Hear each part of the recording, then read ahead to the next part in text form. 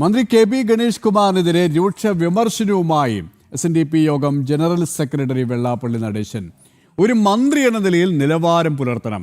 വാക്കിലും പ്രവൃത്തിയിലും മാടമ്പിത്തമുള്ള ഗണേഷ് മന്ത്രിസഭയിലെ പുഴുക്കുത്താണ്. വിവാദം സർക്കാരിന് തന്നെ അപമാനമായതിനാൽ മുഖ്യമന്ത്രി ഉചിതമായ തീരുമാനമെടുക്കണമെന്നും വെള്ളാപ്പള്ളി പറഞ്ഞു.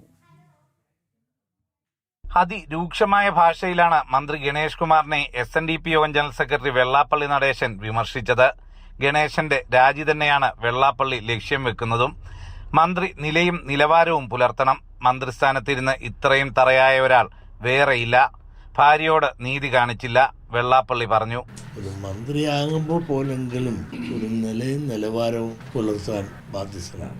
ഇപ്പൊ അവസാനം വന്ന ഭാര്യയുടെ പോലും ഒരു നീതി കാണിച്ചില്ല.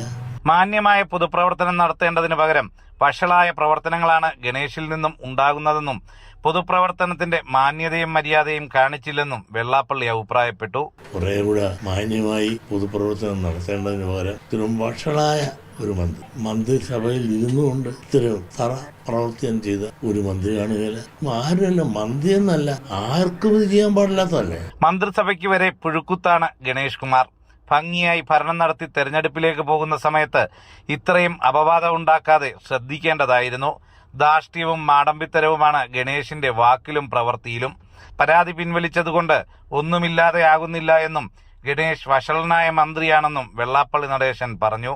ഒരു ഭാര്യ പരാതി പറഞ്ഞ് പിൻവലിച്ചു എന്നുള്ളതുകൊണ്ട് കാര്യമല്ല. സമൂഹത്തിലെ ഒരു മന്ത്രി എന്ന നിലയിൽ, MLA എന്ന നിലയിൽ, പൊതുപ്രവർത്തന നിലയിൽ ചില മാന്യതയും മര്യാദയുണ്ട്. അത് അദ്ദേഹം അശേഷം കാണിച്ചിട്ടുണ്ട്. ജനം, ആലപ്പുഴ.